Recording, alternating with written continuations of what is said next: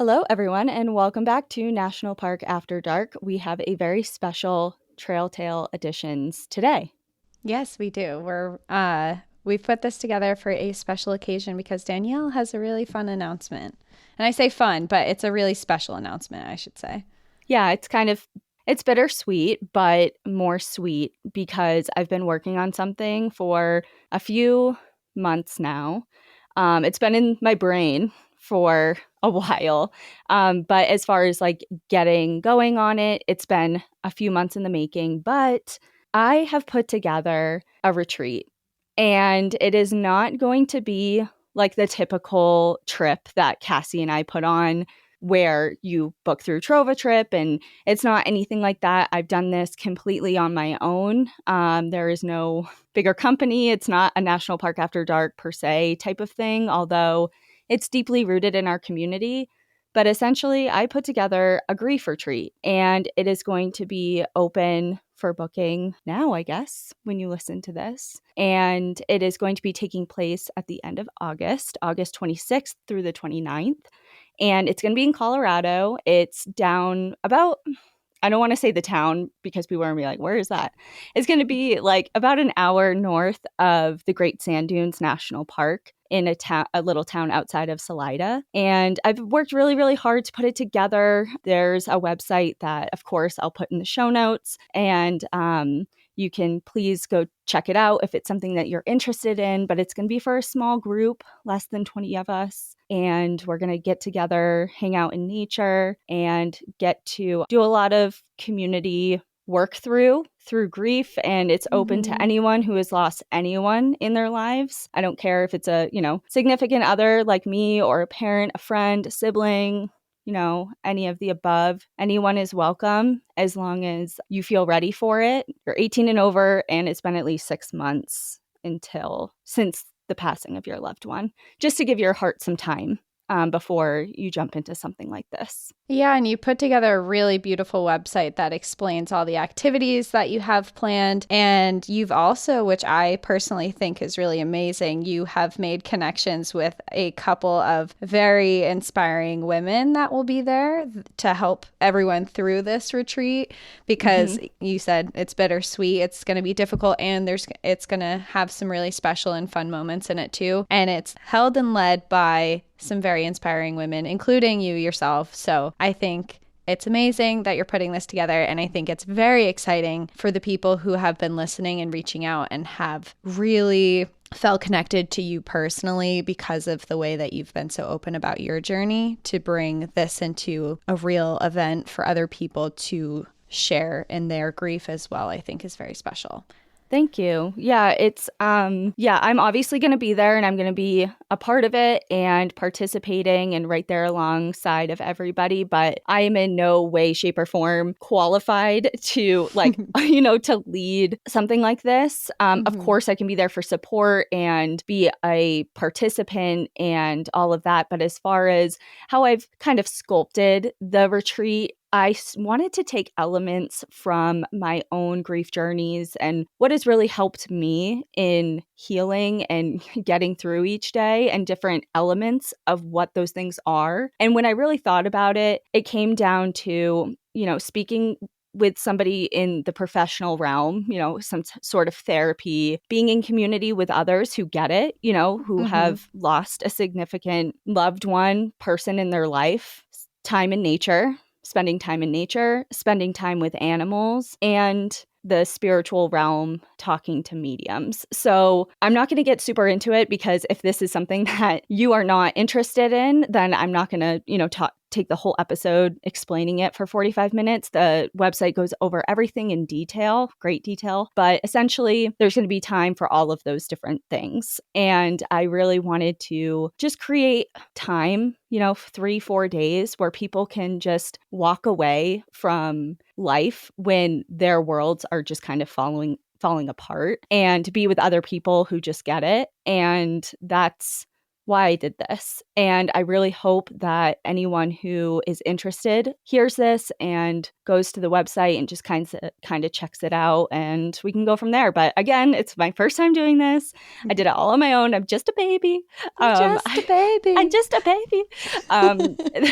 It's a lot. Be kind. Yeah, be kind. But I really did put a lot of heart and soul into this. And if you have any questions, you can definitely, there's, places on there where you can reach out, and I can kind of guide anyone through any questions or concerns or anything like that. But anyway, so in kind of the spirit of that, today's Trail Tales is a little bit different because we have a theme, and I don't think we've ever done a theme really before, intentionally. I mean, like sometimes there's been, yeah, I feel like around Halloween we've been like, let's do spooky ones, but there's never been like a real legitimate theme. We were just true, on a vibe. That is true. Yeah.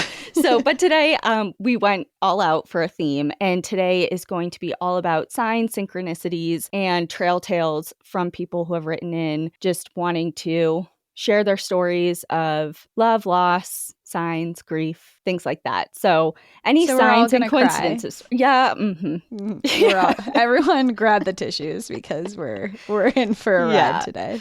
And the last thing about this is that's a slightly different is we each have 3 stories to share, which we have done before.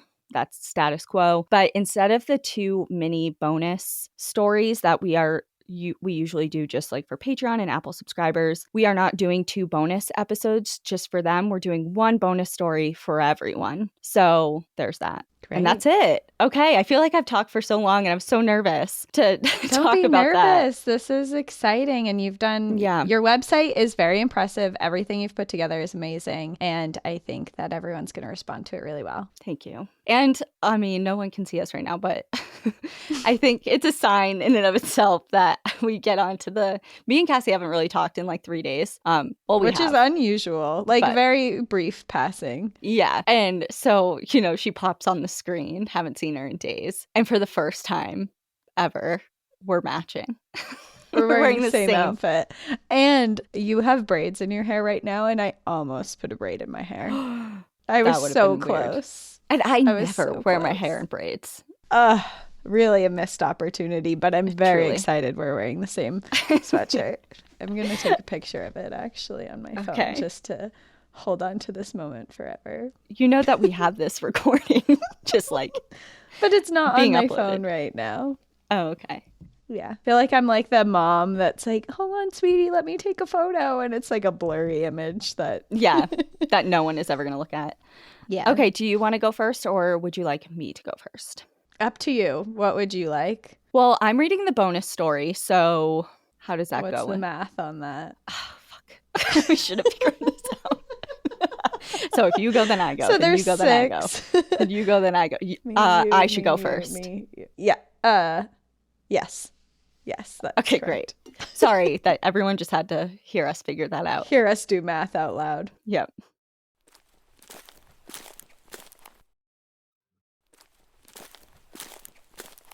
Okay, my first story is titled Signs from the Other Side on the Stairway to Heaven Trail. Hi, Cassie and Danielle. I want to start off by expressing my love for your podcast and my appreciation for all the hard work you both have put into it. I especially enjoy hearing stories from you both and other listeners about experiences on the trail or anywhere with the other side. I have a story to share that involves just that. In July of 2023, my family lost our beloved dog, Snowball, Snowy for short, who had been with us for 19 years. 19 years!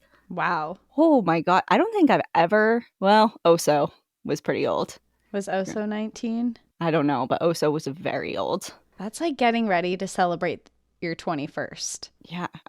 Yeah, wow. 19 years is a long time. It is. A couple of months before his passing, I read the book Signs by Laura Lynn Jackson. I think a part of me knew his passing was approaching as his health continued to decline, so I decided to read the book in preparation as I had grown up with Snowy since I was 4 years old. Snowy passed away on the morning of July 13th, and after saying goodbye, my boyfriend suggested we take a walk to help me feel better, as the outdoors always seemed to clear my mind and put me at ease. One of the trails he suggested was the boardwalk portion of the Appalachian Trail in northern New Jersey, also known as the Stairway to Heaven Trail. It was a beautiful sunny day, and on the drive over, I remember looking up into the blue sky and hesitantly praying for Snowy to send me a sign, as I had read about, but I was nervous I wouldn't receive any. My boyfriend and I began walking on the boardwalk, and as we approached to cross the suspension bridge portion of the trail, something caught the corner of my eye. I took a step back to read a sticker that had been placed on one of the pillars of the bridge and immediately began sobbing. It is important to note that there were no other stickers on the entire bridge, or anywhere else on the trail for that matter. The sticker that caught my eye was a picture of a dog with the caption, "All dogs go to heaven." Aww. In that moment, it felt like a sure sign from Snowy to let me know he was at peace. It felt even more fitting considering we were on the Stairway to Heaven trail after all. The even weirder part of the story is that my family and I had hiked this portion of the trail a year prior, in March of 2022, and photos from that day on the suspension bridge do not show the sticker. I have always considered myself a spiritual person, and this experience has definitely solidified my beliefs and helped me come to terms with his passing. Thank you for reading, and I'm looking forward to your next episode. Best, Sarah. I loved that story. Ugh, I wish, I don't know if actually she Is attached. there a picture of this I don't know. 19-year-old dog? I think there, because I wrote a little Need note to see myself. Snowy. Well, I was thinking, I wonder if she like peeled that sticker off. Was like, "You're coming home with me." Ah, But who knows? who knows? I guess I'll find out when I go back to post the pictures, but I do believe that there is a picture of Snowy. But thank you, Sarah, for writing that in. Yes, thank you. All right, my story is titled Signs from Zach. Danielle and Cassie, you guys have brought me so much joy and company since I discovered your podcast a couple months ago. Thank you for all that you do. My story does not take place in a national park, but I just want you guys to know the good you have brought to my life, and I'm sure many others. As you guys offer trigger warnings, I'll offer one here, especially for Danielle. This isn't gruesome, but I do lose my person, and I believe the date resonates with you as well. Please do not continue reading if you feel that you can't. I met my Zach senior year of college. He was smart and funny, a core Steelers fan, and a lover of Guinness beer. We graduated college together, started our dream jobs, and began planning a life together. But on May 28th, 2022, that changed. Zach went to Savannah, Georgia to spend time with his family. They were boating on the Wilmington River when their boat collided with another. Zach, his brother Nate, and his parents were thrown from the boat. They didn't survive. Only his sister Katie and her best friend survived. Since then, he has sent me signs often, the first of which was a Guinness bottle cap on the ground by my car as I left his funeral that I had almost decided not to attend. I saw that as him saying I was doing the right thing. He sent me flowers. Randomly, I started finding them: a cut rose on my walk home, a sunflower on my doorstep, a hydrangea atop a pile of snow in a parking lot. They always appeared when I was thinking of him. When we were dating, Zach brought me flowers often, or would take me to botanical gardens knowing how much I loved plants. Sometime in August, I had a dream about Zach. It wasn't the first and it wouldn't be the last, but this one stuck with me. In the dream, we were broken up. I called Zach to tell him I missed him and that I didn't think us breaking up was supposed to happen. He agreed and told me that he would see me on February 13th, that we would work things out then. That was the end of the dream. Fast forward to the 13th of February 2023. I've hesitatedly started seeing someone new. Of course, I felt guilty and wrong for quote-unquote moving on and was reluctant, but Clay came out of nowhere. So sweet, kind, and even though he couldn't understand, he was patient and respectful of Zach's role in my life. That day, the day that dream Zach had promised we would work things out, for the first time, Clay told me he loved me. I couldn't help but think that this was Zach saying it was okay, that Clay was good. I haven't found a safe place to tell my story, but you guys not only give me a place to tell it, but encourage to believe in these signs from my Zach. You guys talk about this sort of thing often, and as you might imagine, it is my favorite part of the podcast. I've been seeing Clay for a year now. I've healed tremendously, but still not a day goes by that I don't miss Zach and his family. They were kind and wonderful. Danielle, I am so sorry for your loss. I want you to know through your pain, you are helping many people to heal. I think that's all we can hope for when something like this happens, that one day we will see the good in it. Enjoy the view and know that you people have your back even from the other side. Jules. Oh, God. That was an intense one. We had to start off with Snowy because God. because that was really Yeah, that was Thank you tough. for sharing. Thank you Yeah. for sharing. Wow. And happy for you for doing your best to find happiness in the aftermath of such tragedy. All right, my next story is titled Death in the Yellowstone River. Hi, Danielle and Cassie. My name is Dayla, and I have kind of been listening to your podcast for a few years now. I started listening to it in 2021, then picked it back up again in 2023. I am a perfectionist, so I started directly from the beginning in 2021, and finally now, January 25th of 2024, I am caught up. It helps that I work for Hertz cleaning cars all day, which means that I listen to your podcast 40 hours a week. I don't know if I could listen to us for 40 hours a week. Thank you. I mean, Thank you. That's a compliment. That's a huge compliment. yeah. Now that I am caught up, I genuinely feel lost, but I am looking forward to being part of this journey with you guys now instead of trailing behind. Danielle, you are getting so many sweet words from others on behalf of your loss of Ian that I wanted to share my friend's story as well. I'm going to give you a bit of a backstory to truly show how hard this was to go through. It was the start of the school year in 2017, and I was a sophomore in high school. I had just met my best friend's little brother, James, who had just entered high school. I was absolutely infatuated with him from the beginning. He was so sweet, intelligent, and he was in the band as well. I played the clarinet and he played the saxophone. Our relationship grew very quickly, and I found myself to be in love with this dorky boy. We talked every single day, and I would show up to school early in the morning just so I could spend a little more time with him. After a while of talking, I mentioned a very small town, think population of 30 or so by definition, not even a town, that my great-grandparents had lived in, where they owned their own resort in the mountains. This piqued his interest, and he said, "No way, I used to live there." So I asked him, "That probably means you know my grandparents." He wasn't sure, so he asked his father. And as it had turned out, James and I were cousins. Very, No. very distant cousins. However, we were still cousins. Remember that part where I was in love with him? Yeah, that fucking sucked. It was very Montana of me to just accidentally be in love with my cousin. Oh At least it was no. just like a crush. There are those like people who fall in love. No, I don't know if this is a crush. She's like real about him, like in love with this kid. But they're not dating. Like, No, I'm pretty sure. Are they? are they? It sounds like she was just like going early to school to see him and like they talked a lot. Yeah. But yeah, there's yeah. like people who take ancestry.com tests Like after things, yeah. like dating for years and sleeping together and then they find out they're siblings. Are there stories like that? Yes, That seems there wild. are. They've been coming out recently. Okay, yeah. That's another conversation. But okay, at least It could have been worse. Let's do a pro and con list. Pro, very, very distant cousin. Con, a cousin. A cousin. Right. Pro, Okay. new family. Con, same you're family. in love. Okay. Anyways, all right. This broke both of our hearts as he confided in me that same night that he was planning on me being his first ever kiss. Of Aww. course, we decided that we could never be in a relationship because we were literally related, but unfortunately, my feelings never went away. The school year had passed and we had stayed very close friends, and he had even caused some relationship issues for me as I had a boyfriend and he was jealous. I am aware the story is very weird.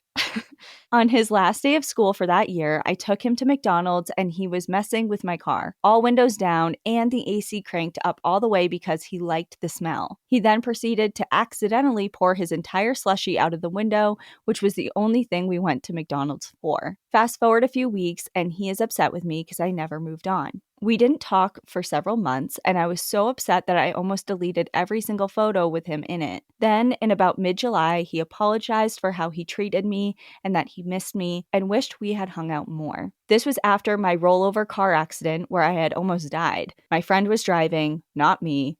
I'm a good driver. Had to clarify. Yeah, in case anyone was worried. A few days later, me and everyone else's lives were changed for the worse.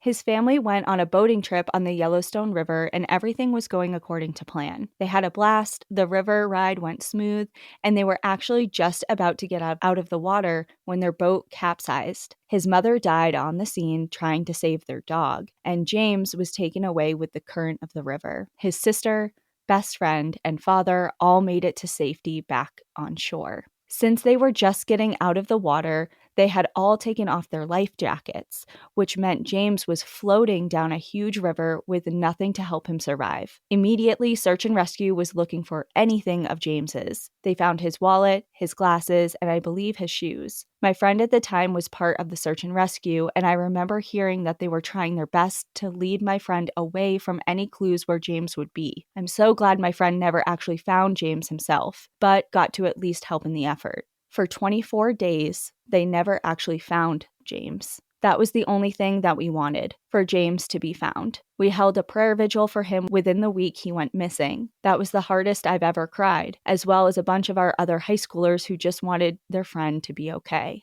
James missing in a river destroyed everyone. I didn't eat for weeks, and I was crying so much that my eyes were permanently swollen. The weeks went by, and still there was nothing. The first week they had found all of his belongings, but not him, and this was driving everyone crazy. We all just hoped that maybe there was a chance he survived and he was just out somewhere living in the woods. Then it was August 19th. I was coming back from a trip in Texas when it was announced that James's body was found, after a tip from a local fisherman. This brought a little bit of closure, that he was no longer missing, but everyone's favorite boy was no longer with us. I'm glad that they found him the day I came home, as it felt like we had come back home together. James, my best friend, and unfortunately my very distant cousin, initially was floating away in Livingston, Montana, and was found 24 days later in Spring Hill, which I may be wrong, but should have been 20 plus miles of river for him to just be in.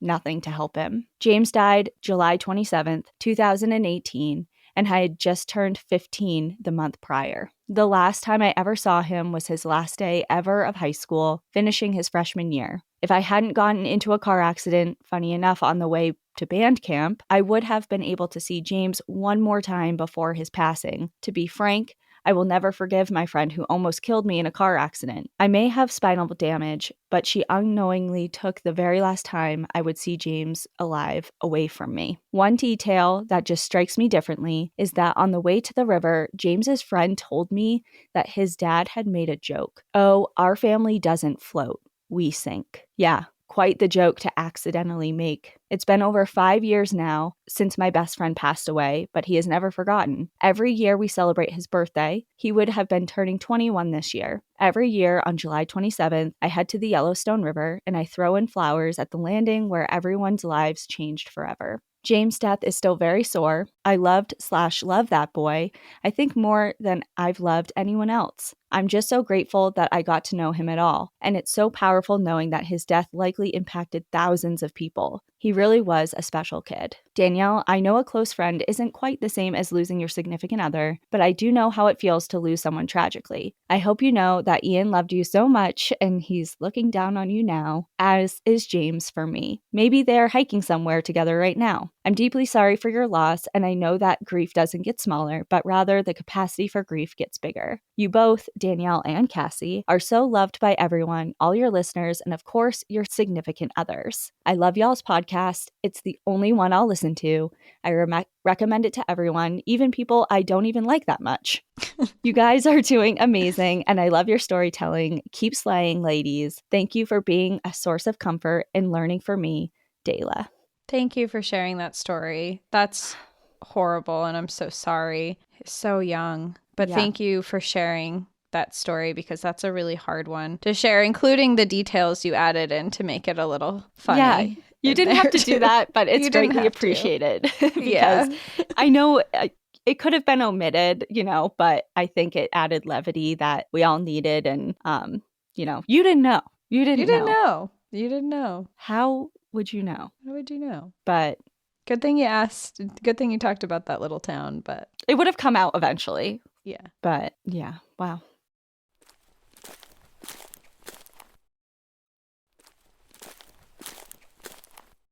Well, my next story is titled, "This Story is Not About Signs from the Universe." Or maybe it is. Hi, Danielle and Cassie. After listening to your podcast for the last year and always thinking about sending a trail tale, I decided it's finally my time to shine. It's been about a year since I found you two, and I want you to know your podcast has helped me in so many ways. outdoorsy, and emotionally. You've taught me a lot about the right and wrong things to do when traveling, and your collabs with Tooth and Claw have also made me feel 100 times more confident about running into a bear. A black bear, that is. If I run into a grizzly, I'm accepting my fate and letting the universe handle that one. You've also helped me emotionally in a good handful of ways. Danielle, the way you have handled life since losing Ian amazes me every single day. I appreciate your honesty and transparency while grieving in more ways than I can count. I am so sorry for your loss, but I want you to know that you inspire me in the ways you've learned to live with it and the ways you express your emotional feelings. I have always been big on expressing my feelings, even though I struggle at expressing the emotional ones, so I truly appreciate the way you do so. Cassie, you always seem to pick trail tales that sit with me after, and you always say exactly what I was thinking after reading it. Like your reflecting words on your trail tales always match my thoughts. I feel like I'm sitting with the both of you just talking during the trail tale episodes. Anyway, now that I've confessed my undying love for you two, back to the trail tale. Thank you. It's very appreciated. It is very kind. I went on my first big road trip / national park trip back in 2020 to Arches National Park, Moab, and Horseshoe Bend. Since then, I've made it a point to go on 2 trips a year and have visited Zion, Bryce Canyon, and the Grand Tetons, Yellowstone, Yosemite, Glacier, Banff, and my most recent, Mount Rainier and Crater Lake. Outside of that, I live in Colorado and have been pretty much everywhere in this beautiful state I call home. I started a lot of these trips before finding your podcast, but I mean it when I say you've taught me a lot since, and I am very, very grateful. When I was younger, my papa used to take me camping multiple times over the summer and is the person who sparked my love for being outside. We used to camp on the lakes, and when the sun would start to set, we would take a bucket and follow the shoreline and collect as many frogs as we could in our buckets and then let them all go when we were done. My papa passed back in 2018, and that was the most significant death I've experienced in my life. He was my best friend growing up. That's a huge part of what pushed me to start traveling and to experience more of the beautiful outdoors that he introduced me to. When I visit Zion in 2021, I went with my best friend, and the two of us dispersed camp the whole 5 days in the back of her Subaru. On the 3rd morning, she called her grandma, and the last thing her grandma said before hanging up the phone was, "I sent my angels to watch you two."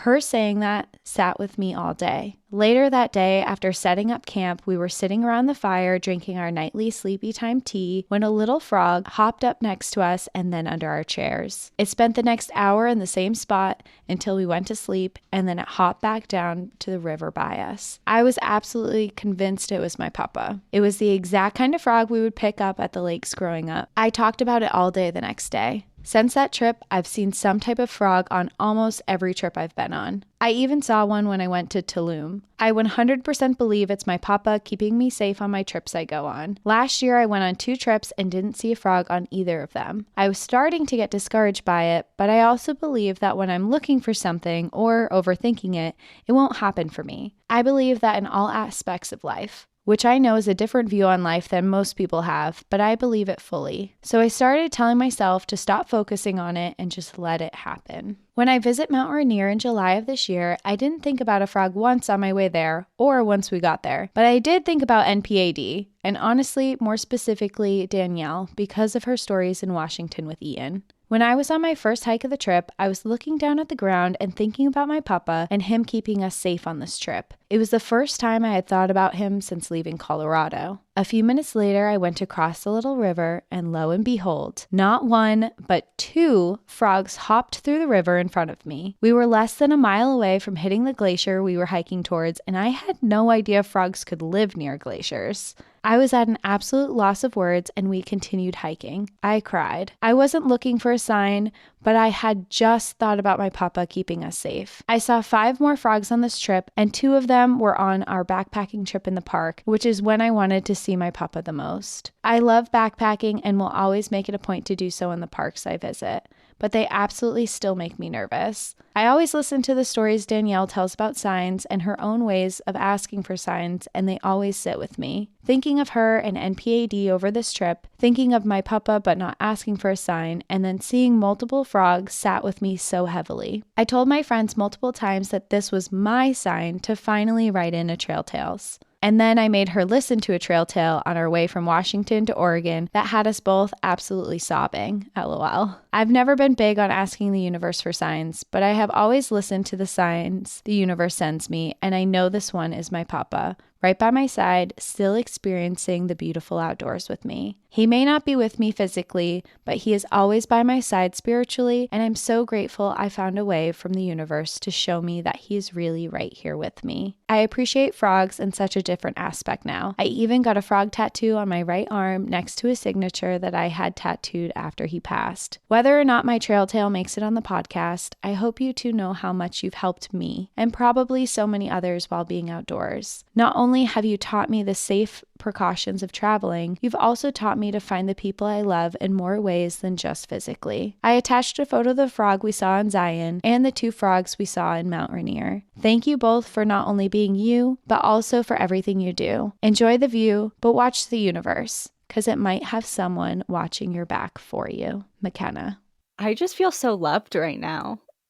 Like, don't Everyone's you? so nice in these. I know. Yeah, this is a great Trail Tales. Wow. Thank Thank you, you. McKenna, for sharing that. Yeah, it's a And beautiful it's just, story. it is. And it's so funny because it's like, it's so true. I mean, frogs, like I have been to a lot of the places that you've been and I can't ever recall seeing a frog. You know what I mean? It's like when Yeah. you have this like language of signs with the universe or spirit or the people that you've lost, they show up for you in ways that are so personal. And just because we're all experiencing the same world and the same things, there are certain things that stick out to us just for us. And I think that is part of why asking for and receiving signs is so special. So I hope you are showered with frogs for all of your years. Beautifully said.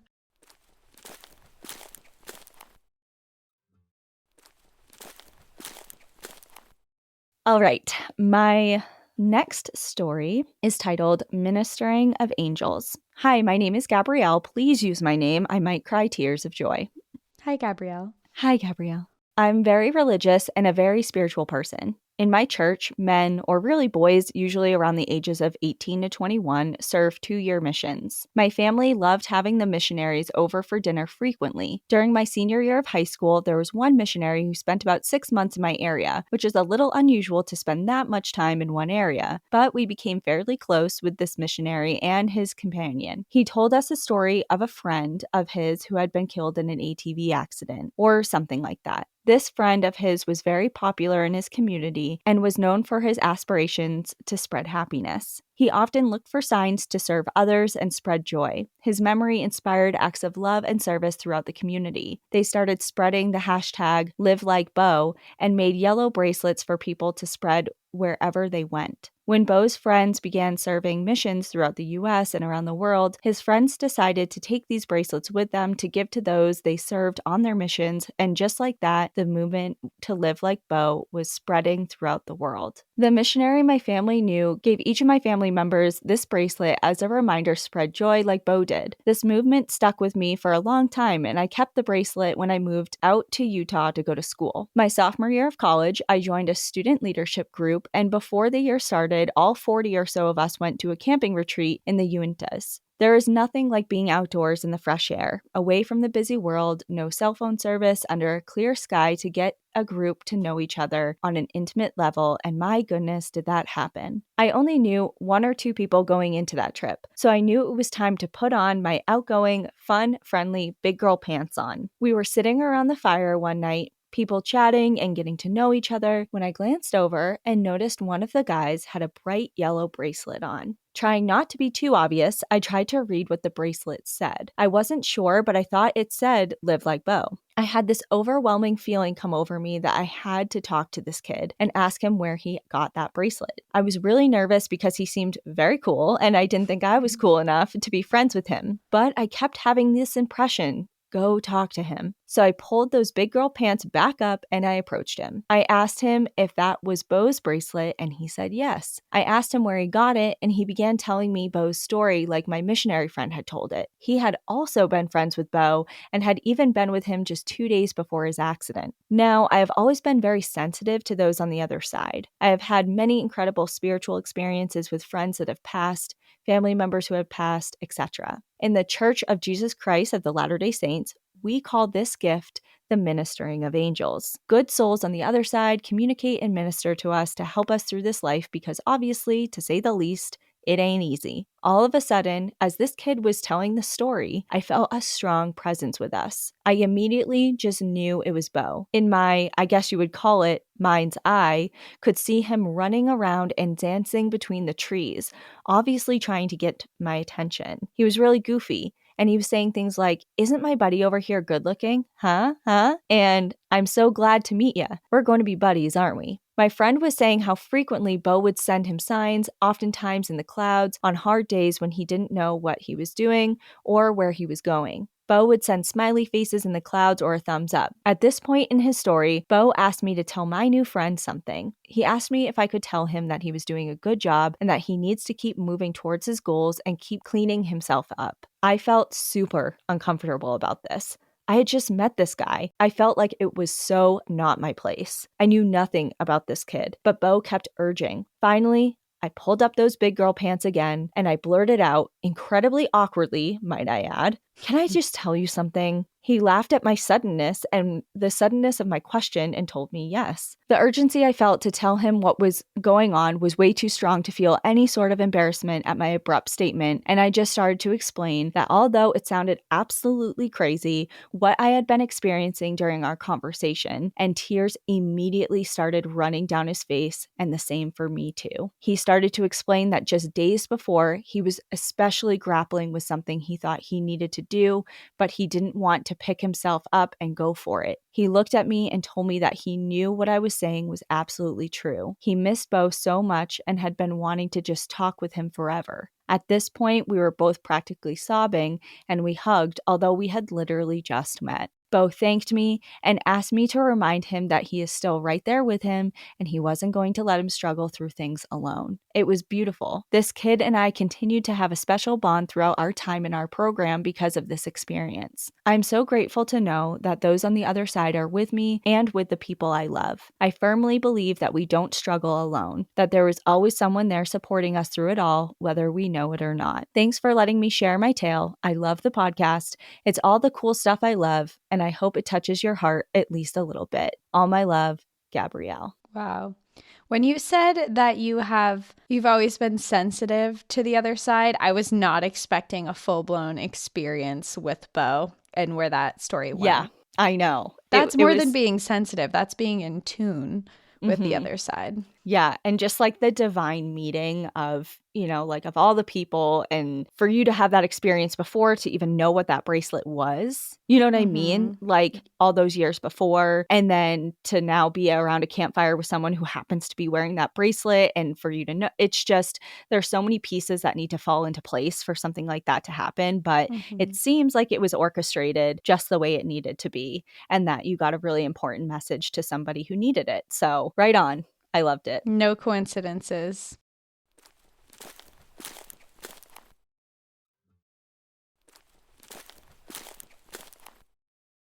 My story, my last story, right? My third story. Yep, because I just have one bonus after this, yeah.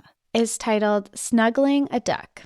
Hi, girls. My name is Sam, and I'm a huge fan of the pod. I grew up on the central coast of California and was exposed to some of the most beautiful natural settings you can imagine, so I have always been a lover of the outdoors. I started listening to the pod the summer of 2021, right before my first semester at college. Let me just tell you, you ladies have been with me on quite the journey since then, even if you didn't know it, in like a non-creepy way. I am known for bringing up NPAD in every conversation possible and have successfully gotten many of my friends hooked as well. Anyways, I'm a junior now and just started a semester abroad in Rome, and I have a sign story to share. Disclaimer, this is nothing about national parks, but we all love a good sign. Disclaimer, part 2, it's long-winded. I got to Rome yesterday after 24 hours of travel, attributed to my college kid budget and several delays. Just about everything went wrong that could have. Every flight was delayed. I got lost in every airport. I lost and then thankfully found my ID. There were children hitting whistle notes Mariah Carey would be jealous of. It was just a whole poop jamboree. I mean, I sat on my last plane for 2 extra hours before takeoff because there were birds that wouldn't get off the runway. Side note, I still don't know why they couldn't just shoo the birds away, but apparently they were pretty immovable buggers. I'm someone who gets stressed no matter what form of travel I engage in, so traveling for 24 hours by myself in foreign countries is kind of my personal nightmare. That being said, I'm also a person who believes that growth happens beyond our comfort zones, hence why I chose to study abroad in the first place. Anyway, as I was sitting on my last plane waiting for the birds to take flight so we could too, I reflected on my day and almost started crying. I started questioning what I was doing and if I could handle this. I had just listened to a Trail Tales episode. I'd been stocking up episodes for this trip, and I decided since so many Trail Tales are about signs from loved ones, that I would talk to my grandpa who passed, hoping for some strength. I tried to think of what my sign would be. My brain was on birds given the circumstances, and I always have liked ducks. I talked to him about my journey and how I needed his support to let me know it would be okay. However, I thought ducks were too common, so I asked for a lady holding a duck within the next 24 hours. Maybe kind of specificity is what I'm here for. It's key. Well, it's funny because they go on to say, maybe kind of specific, maybe even a little demanding, but what the heck? It's my first time asking for a sign, so go big or go home, I guess. I finally got to the place I'm staying and checked into my room. There was an issue with my reservation too, of course. This morning, I woke up and walked around the city, getting distracted by the breathtaking sights and completely forgetting about my request. I was directing myself on my phone, but randomly chose a different street because the ones on maps recommended were so crowded. That is when I got my sign. On the side of a normal-ass building was a picture of the Mona Lisa holding a duck. Yep, a lady holding a duck.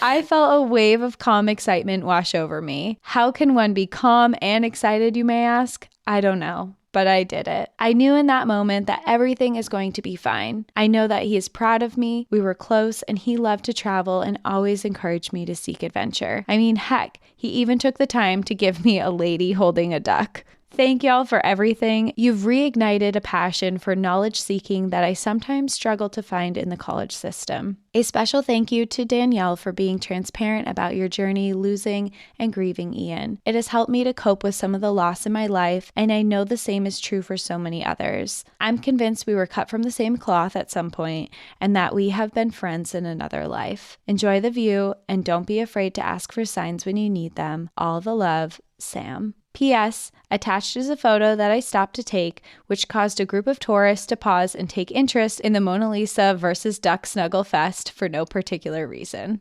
LOL. If you stop and take a picture in a touristy area, the crowds will come. Yes, they will. Be like, oh, it's like, it's cool. I'm sure it's cool looking, but how special. And this, again, the specificity and be demanding. All the time when I ask Ian for things or whatever, I'm like, I know I'm being probably annoying and I'm so sorry, but like, what the fuck? Like, this is the only way I'll believe you is if right. you make this happen. Yeah. So, I mean, to recognize that you're being a little pushy is fine.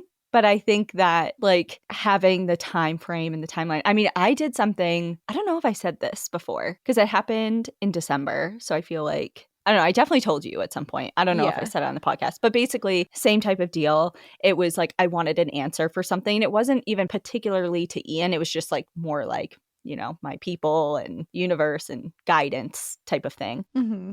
And I was like, okay, if it's a yes, then I want to see 3 wolves that I haven't, because here's the other thing. I have wolves all over the place because I used to work at the wolf center. So I have different wolf things around the house and, you know, whatever. I'm like 3 wolves that I've never seen before in the next 24 hours. Goodbye. Short window. Good luck. Yeah. Good luck on your mission. Yeah. And they have it boom, boom, boom, all the next day because I asked right before I went to bed. And the Mhm. next day, and I didn't know this, but it was the day that the news hit that they released the first wolves back into Colorado, which was December 18th. And that was my last wolf. And it came up on my news feed at the end of the day. It's like, And I there was it just like, is. there's my third one. And, anyways. So yeah, be specific and be pushy, and they'll understand. Yeah. You got to ask for it. Ask and you shall receive. That's right. Okay, so the bonus story for everyone is titled Yellow Roses. Hello, NPAD community. I lost my partner suddenly, and it shattered my heart, my world, and everything I thought my life would be. We were living our best lives together in the Pacific Northwest, and every day was an adventure. For years, we explored the country, snuggled at home, and daydreamed about our future. Where would we live? What would we do? Who cared? It's cheesy, but it's true. It didn't matter where we were, as long as we were together. That's all that mattered to us. Documenting that time together, though, did not matter to us. We both rarely used our phones to take pictures of those adventures. When you're young, you think there will always be more time and more opportunities. Documenting our time together on film wasn't a priority because of that. I realized the lack of pictures of all of us, him, me, and our dogs, one day as we were reflecting on some of our fondest memories. Scrolling through my phone and clicking through the memory card of my camera, I saw lots of photos of pretty landscapes, funny pictures of the dogs, or pictures of us individually admiring a view, but rarely a combination of all. To remedy this, I scheduled a photo session with a local photographer. We would road trip to the Alvord Desert in Oregon and have some professional photos taken. I couldn't wait. So often, these types of photos are reserved for special occasions.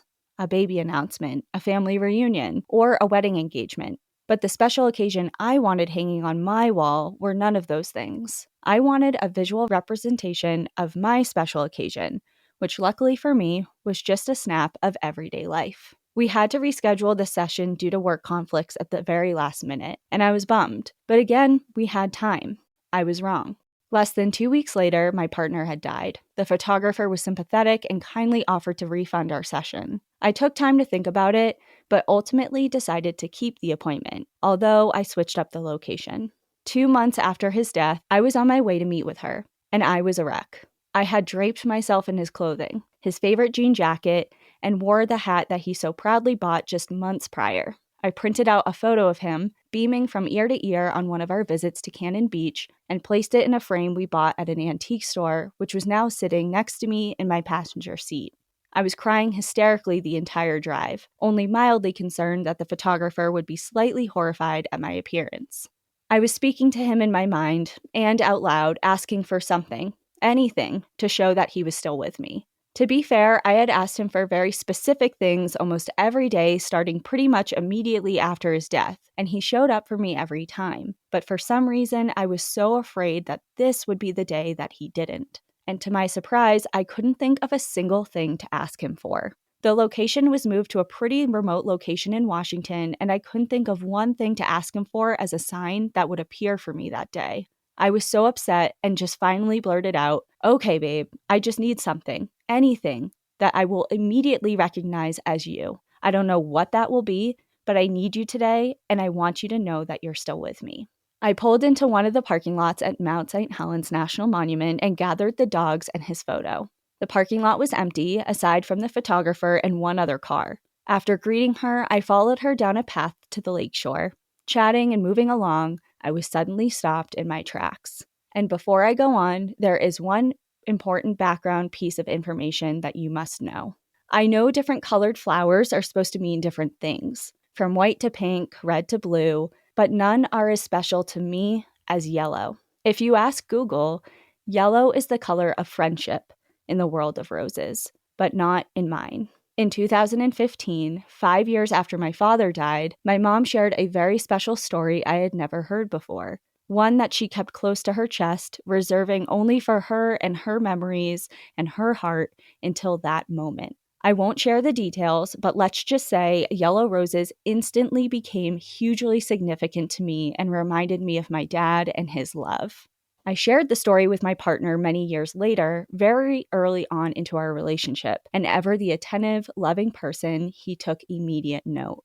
From that point on, I was showered with yellow roses. He gifted them to me on birthdays, anniversaries, holidays, days that tied directly to my dad, on random days just to say I love you, and on that day in July, 2 months after his death. That's right, smack dab in the middle of my path, right between my feet, was a single yellow rose. The photographer hadn't even noticed it. She had walked ahead of me and right over it. I bent down and collected it in my hand. It was impossibly out of place. There was no one else around, no other sign of any other flowers, nothing abnormal, just a sea of evergreens, yet there it was. I couldn't believe it, but then again, I could. Ian showed up for me just as he had since the moment we met. That day, I took photos with my dogs, with his photo, and with his flower. One of the most profound and moving signs I have ever received from him, one I didn't know I wanted, but desperately needed. It sits in my house next to his photograph to this day. Where it came from and how it came to be there, I'm not really sure, but it was placed directly in my path, and I know exactly who sent it. And that is my trail tale. That's my story. Oh, I know that one. And as soon as you started telling it, I started tearing up.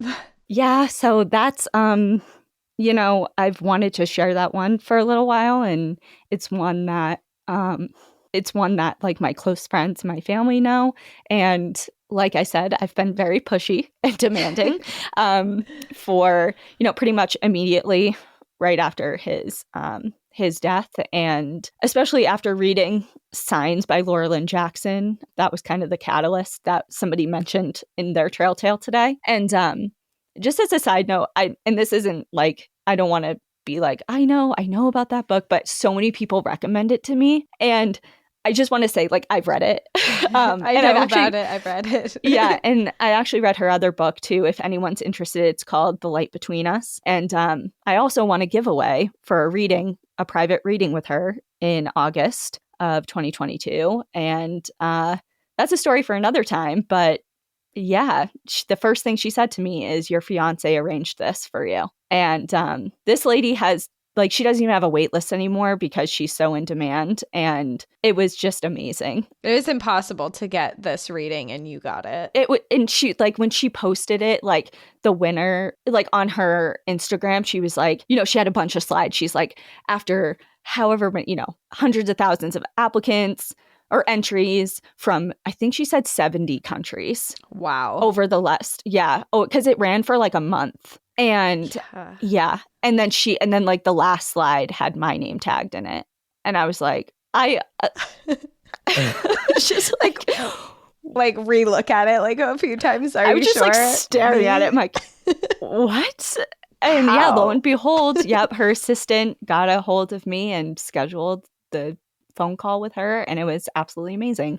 But anyway, so back to my story, just, as the ones that we've shared today have kind of alluded to, just people saying thank you and just being so open and vulnerable to share their deepest, closest stories to them. These things aren't easy to write about and to share with the world, and people do it all the time. And I just feel so grateful and happy that we have created a space that people feel comfortable to do that. And I think it's, we both think it's just so necessary. So I wanted to add my little story into the pot just to kind of be like, I've been there too. And just as a way to say thank you and share a little bit of myself along with everybody else sharing. Anyways, I guess the last thing is just really back to the grief retreat. Again, at the end of August 2024, it's open for booking.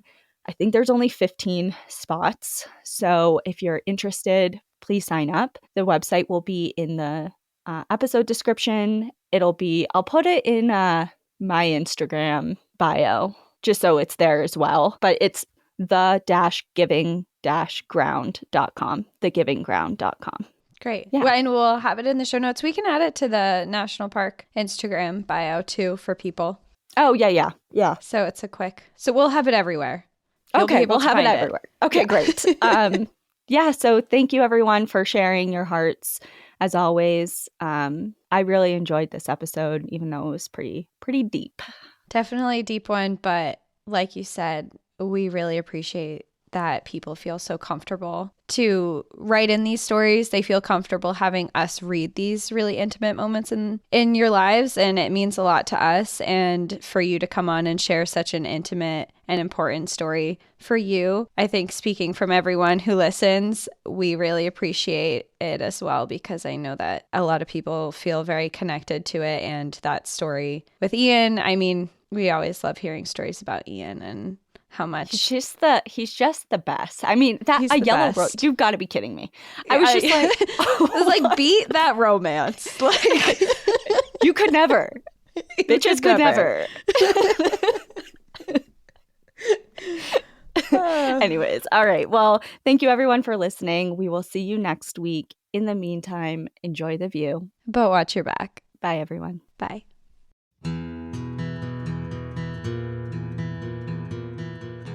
Thank you so much for joining us again this week. If you have a trail tale or story suggestion, send us an email at stories@npadpodcast.com. Follow us on Instagram and Facebook at National Park After Dark and on Twitter at NPAD Podcast. Join our Outsiders Only community on Patreon or Apple subscriptions to listen ad-free, unlock monthly bonus episodes, and exclusive content. And remember, when you support our sponsors, you are supporting our show. For our exclusive discount codes and source information from today's episode, check out the show notes. For more information on our show, our book recommendations, merch updates, and more, visit our website at npadpodcast.com. And please rate, review, and subscribe from wherever you listen to podcasts.